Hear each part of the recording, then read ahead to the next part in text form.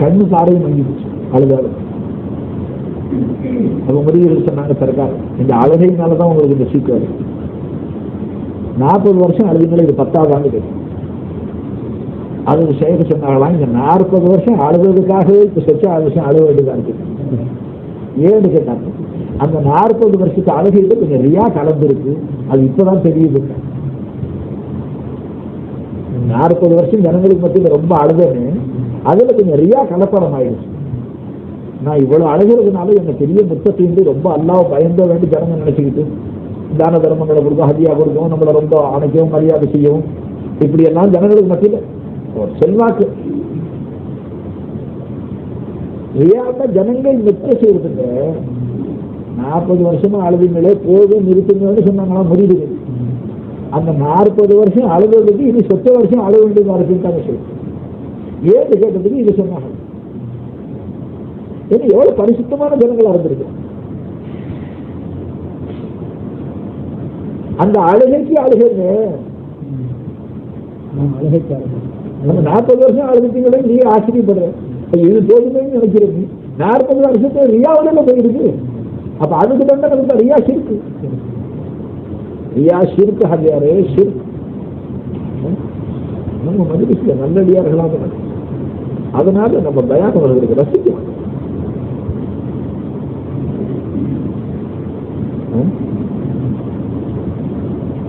ஏன்னா இங்க தொடர்பு இருந்தா பிடிக்கும்.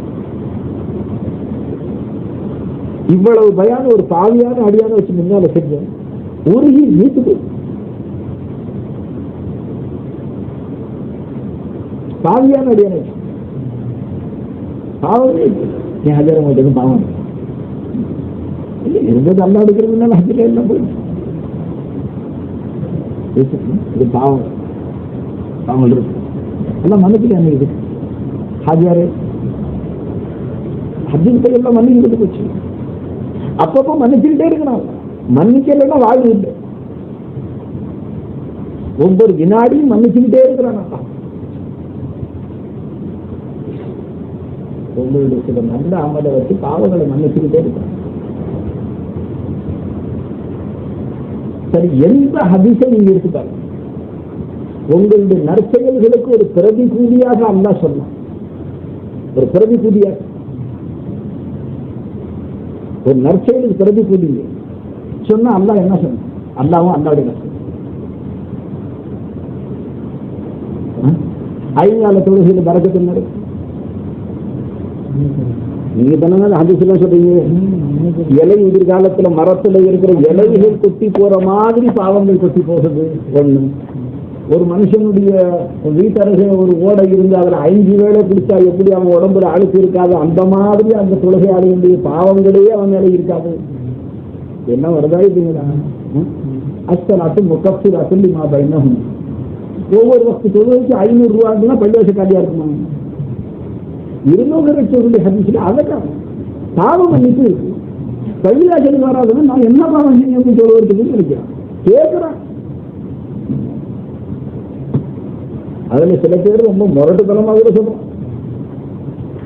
அதற்கு குர்ஆன் வார்த்தைகள் என்ன அந்த வாசகத்தை நாம சொன்னா குசுறு வந்து அதுதான் நான் மறைக்கிறேன். அல்லாஹ் எல்லாரும் விசாரிச்சு சரித்தோடு ஹெச்சி நோம்பு வச்சா என்ன கொடுப்பாங்கன்னா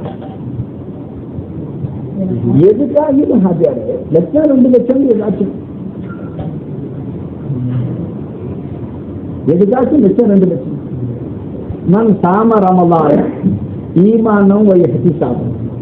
ஈமான் இஹ்திசாபுடன் ஈமானுடன் நின்று ஆதரவு வச்சு ஒரு மனுஷன் நோன்பு வைப்பானியானால் ஒசில லஹு மாத்த கப்தமா அவன் முன் செஞ்ச பாவங்களை எல்லாம் மன்னிச்சிருவான்.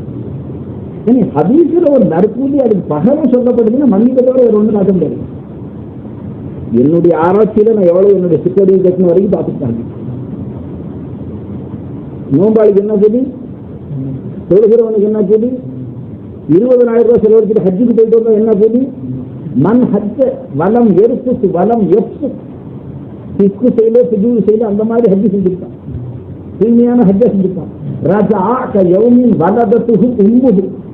அவன் எப்படி திரும்புறான்னு கேட்டா அவனது தாய் பெற்ற அன்னைக்கு எப்படி பாவத்தை விட்டு பரிசுத்தமாகனா அப்படி திரும்புறான். அப்ப 20,000 ரூபாய் செலவுக்கு ஹஜ்ஜியா பிரதிபலன் என்ன? இதுக்கு இந்த 1க்கு 10 என்கிட்ட கணக்கு 20,000 2 லட்சம் வாங்கிக்க அப்படி ஏதாச்சும் மன்னிப்பு லைலத்துல் கத்ர் புனிதமிக்க இரவு அதுல கண்ணுச்சான் மன் காம ஃபீ லைலத்துல் கத்ரி ஈமானம் வ ஹதீஸாம். லைலத்துல் கத்ர்ல அவன் கண்ணு முடிச்சு வணங்கணும். ஒசீர் அல்லாஹு மாத்த கண்டோம் என் வந்து அவனுடைய பாவங்கள் அவனுடைய முந்தின பாவத்தை வந்துச்சு. ஹாஜியாரை எந்த ஹதீஸை எடுத்து பாருங்க, எந்த நற்செயலை எடுத்து பாருங்க, அதற்கு ஒரு பிரதி உபகாரம் அல்லாஹ் ரசூல் சொன்னாங்கன்னா மன்னிக்கப்பட்ட. அப்ப என்ன காரணம்? மன்னிப்பு இல்லைங்கும் போது மன்னிப்பு என்னது எனக்கு? ஹாஜியாரே சில அடியார்கள் இருக்கிறாங்க பாவதோஷம் இல்லாத. அப்ப அவர்களுடைய அந்த நற்செயல்களுக்கு பகரமாக அல்லாஹ் தஆலா ரஹ்மத் செஞ்சார். ஒரு ஹதீஸோட வழக்கு, நோம்பாளிக்கு நோம்பு திறக்க உபகாரம் செஞ்சா என்ன செய்வான் தான்?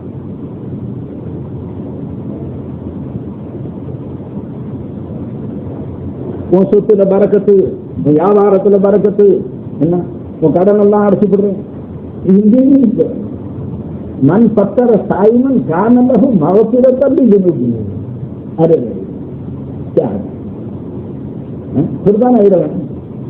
நோம்பாளிக்கு நோம்பு திறக்க உபகாரம் செஞ்சா காணலகு அவனுக்கு ஆயிடுச்சு மகத்திரத்தள்ளி ஜனூபி, அவனுடைய பாவங்களை மன்னிப்பு. அவன் கடனை அடைச்சிட்டு அவனுக்கு 2 லட்சம் ரூபாய் காசு கொடுக்குறவன் சொத்துல அபிவிருத்தி செய்யறேன், அவன் பறக்க வியாபாரத்தை பெருக்கி மகத்திரத்து. இந்த மகத்திரத்துடைய ஹதீஸ் சொன்னதுக்கு சஹாபாக்கள் துடி துடிச்சு போய் ஒரு கூட்டம் எதிர்த்து ஏன்னு கேட்டான். லைசா குல்லுனா எஜிது மா எப்பத்தி இருக்கு தாய். நோம்பு திறக்கிறதுக்கு இவ்வளவு பெரிய கூலி சொல்றீங்களே, நான் எவ்வளவு பெரிய கூலி? எந்த கூலி? மன்னிப்பு. நோம்பாடிக்கு நோம்பு திறக்க உபகாரம் செய்யற அளவுக்கு எங்கள்ட்ட சொத்து இல்லையே, அரசு இருந்தா அந்த பாக்கியத்தை நாங்க அடைய முடியலையே துடி துடிச்சு நிற்கிறாங்க சஹாபாக்கள். அவுலியாக்களுடைய மக்காம அவுலியாக்கள் அடைய முடியாத மக்காம அடைஞ்ச அந்த நாதாக்கள் மகத்திரத்தை பத்தி சொன்னோம்னா ஆசையில் என்று கேட்கிறாங்க, எங்கள்ட்ட அவ்வளவு சொத்து இல்லையே நாயகமே நோம்பு திறக்க உபகாரம் செய்யற அளவுக்கு. அப்ப கருணை உள்ள படைத்த நாயகம் சொன்னாங்க, சவாபம். அதாவது அவனுடைய கருத்து என்ன? வயிறார சோறு கொடுத்தா தான் அந்த நன்மையை நான் சொல்ல இல்லை. யூத்தின்டாகும் ஹாத சவாபம் அல்ல, இந்த நன்மையை எந்த அளவுக்கு நீங்க கொடுத்த உபகாரம் செஞ்சா கொடுப்பாங்க. அல்ல தந்திரத்தில் ஒரு பேரீச்ச கனியை கொடுத்தாலும் கொடுப்பான். நோம்பு திறக்க ஒரு பேரீச்ச கணம் கொடுத்தாலும் அது மகத்திரம். அவன் சொன்ன வாக்குதான். ஏன்னா நான் அல்லாவுடைய பொறுத்தாலும் சொன்னேன்னு சொன்னதுதான் தடுப்பேன். யூத்தின்டாகும் ஹாத சவாபம் அல்ல தந்திரத்தில் ஒரு பேரீச்ச கனிக்கு அல்ல கொடுப்பான். அவ சர்பத்தி மாயும் அல்லது ஒரு மெடல் தண்ணிக்கு கொடுப்பாங்க. அவ மதுக்கத்து நபர் அல்லது ஒரு மெடல் பால் கொடுத்தாலும் கொடுப்பான். என்ன கொடுப்பாங்க? மன்னிப்பு. சரி, நோம்பாளியான மனுஷனாச்சு நம்ம கம்பெனியில வேலை செய்யறாங்க, 5 மணி வரைக்கும் வேலை வாங்குறது பழக்கம் சாதனை. ரமலான்ல 3 மணியோடு விடும், படுத்துக்கிட்டான் கலப்பான ஓய்வு எடுத்து. அப்ப நோம்பாளி மேல என்ன செஞ்சீங்க? நோம்பாளியான வேலைக்காரன் சொல்லு பலுவை குறைச்சி அதை கருணை நபியோட மண் ஹப்பஸ அம்மமுலூகிஹி. யாரு நோம்பாளியான தன் வேலைக்காரனுடைய பலுவை கொஞ்சம் குறைப்பான், சுத்தமா தூங்கப்படுவது கொஞ்சம் பலு நோம்பாளிங்கிற தலைகையில கொஞ்சம் பாரத்தை குறைச்சா அவனுக்கு எல்லாம் என்ன கொடுப்பான்? ஆத்தப்பகும் என்னன்னார் அவனை நரகத்தை விட்டு எல்லாம் விடுதலை செஞ்சிருவாங்க. அவன் எவ்வளவு பாதியா இருந்தாலும் சார் அது என்ன வேற என்ன மன்னிப்புல இருந்து நரகத்துக்கு யார் விடப்படுறான்? இப்ப ஹாஜியாரே இந்த ஹதீஸ் சொல்லும் போது முந்தி இருந்த முகாத்தது யாரு? சஹாபாக்கள் நரகவாதி இங்க இருக்கிறாங்க. இப்ப அவங்கள்ட்ட இந்த ஹதீஸ் சொல்றாங்கன்னு சொன்னா அவர்களுக்கு வந்து ஆசை என்ன?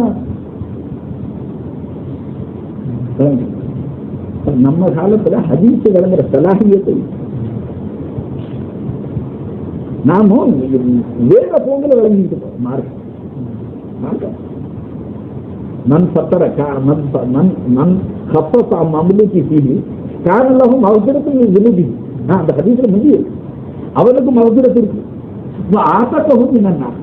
அப்புறம் அவரை நரகத்தை விட்டு அல்ல விடுதலை செஞ்சு. யாரு?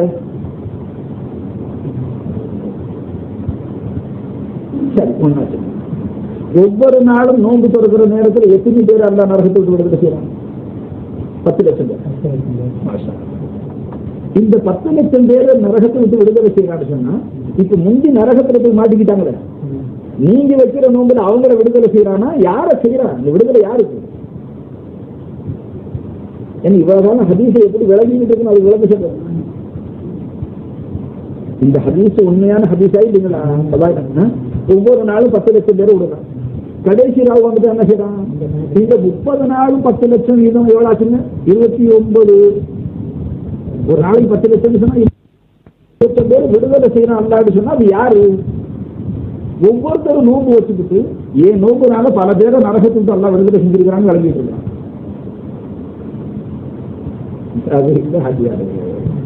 அதாவது இப்ப இருக்கிற நிலையில மரணம் அடைந்தால் யாருக்கு நரகம் வாஜிபாகுமோ அத்தகைய நரகவாதிகளை துனியாவில் விடுதலை செய்யறாங்க.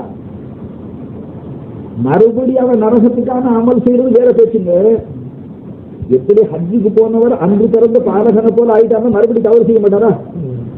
மறுபடியும் தௌபா தேவையில்லையா? அவருக்கு மகப்பூர் தேவையில்லையா? அந்த மாதிரி ஒவ்வொரு நாளும் நோன்பு பிறகு நேரத்தில் 10 லட்சம் பேர் அவன் நரகத்தை விட்டு விடுதலை செய்யறான்னு சொன்னா, இப்ப நரகத்தில் இருக்கிற 10 லட்சம் பேர் விடுதலை செய்யறானா? துனியாவில் இருக்கிறவங்க ஹஜ்ஜாரு நம்மள நரகத்துக்கு வாஜிப் ஆயிட்டாங்க பாருங்க. அதாவது இப்ப இருக்கிற நிலையில மரணம் அடைஞ்சிட்டால் நரகம் அவர்களுக்கு சொந்தமாயிடுங்க. அந்த மாதிரி 10 லட்சம் பேரை விடுதலை செய்யறாங்க. வேற யாரு? உங்களை என்னையும் தான் விடுதலை செய்யற ரமதான் தான். விளங்குற நோம்பு எப்படி இருக்கும்? ஆனந்த கூத்து அடிக்க மாட்டீங்க அன்னைக்கு. இது மாப்பமா வியாஜனம் வாங்கிட்டு யாத்தியாசம் நீங்க வச்ச நோம்புக்கு அவருக்கு என்ன சம்பந்தம்? அவங்க காலத்துல நோம்பு இல்லையா? அவங்க காலத்துல அவங்களை விடுதலை செய்ய இவங்களும் அந்த கணக்குல தான் இருக்காங்க. அப்ப நீங்க நோம்பு வச்சு வேற 10 லட்சம் பேரை விடுதலை செஞ்சுட்டு இருக்கிறீங்க. நீங்க சொர்க்கவாதிட்டா. இப்ப கொஞ்சம் முந்தி சொன்ன நோம்பாளிக்கு பாரத்தை குறைச்சா ஆசகவும் என்னார் அவனை நரகத்தை விட்டு அல்லா உரிமை விட்டுறான்னு சொன்னேன்னு.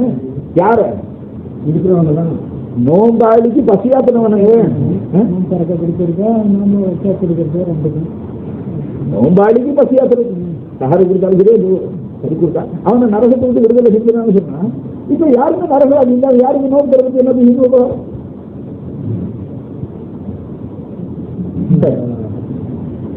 ஹதீஸை எப்படி விளங்கிட்டு போறது பாருங்க. ஆச்சுங்களா?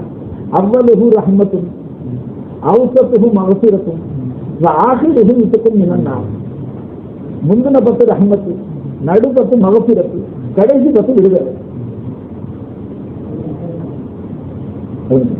அப்படின்னா என்ன அர்த்தம்? முந்தின 10 தினங்கள் அல்லாஹு தஆலா முன்கூட்டியே நல்லவர்களாக இருக்கிறாங்க பாருங்க. அவர்களுக்கு ரமலான் வந்தோடனே முந்தின 10 தினங்கள்ல ரஹ்மத் ஆரம்பிச்சு.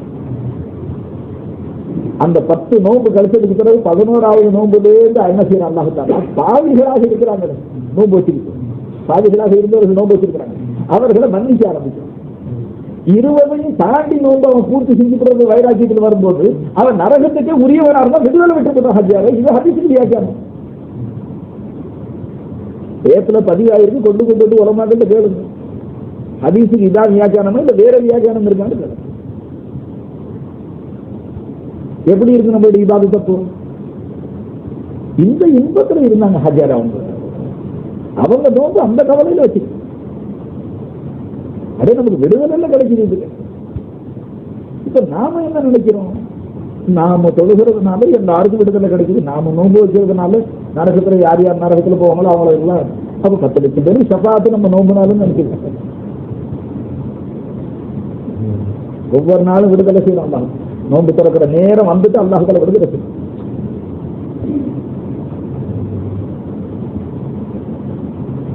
ஹாஜியாரே, நரகத்துக்கு வாஜிபான நிலை இல்லையா?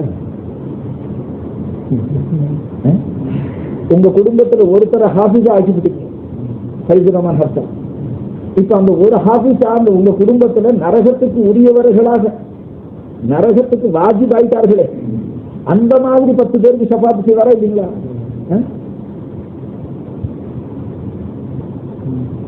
அப்ப நம்ம குடும்பத்துல அப்படி இல்லைன்னு சொன்னா அப்படி ஒரு சபாத்தியா இருக்கு.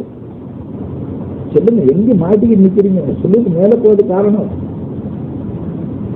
சொல்லண்டு நிக்கிறீங்க. ஆதியாக முந்தி நரகத்துக்கு போனா அவங்க காலத்துல நோம்பு இருந்துச்சு, அப்போ இந்த விடுதலை நடந்துட்டு தானே இருந்துச்சு.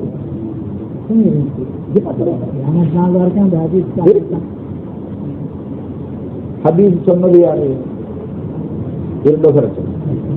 அவங்க தன் இஷ்டப்படி சொன்னாங்களா, அல்லாஹ் சொல்ல வச்சு சொன்னாங்களா? அப்ப சொன்னா எப்படி சொல்லணும்? இடையில நாயகம் ஒரு மல்ஹர். அப்ப இருந்தோக ரட்சகனுடைய வாயால் சொன்னது அல்லாஹ்.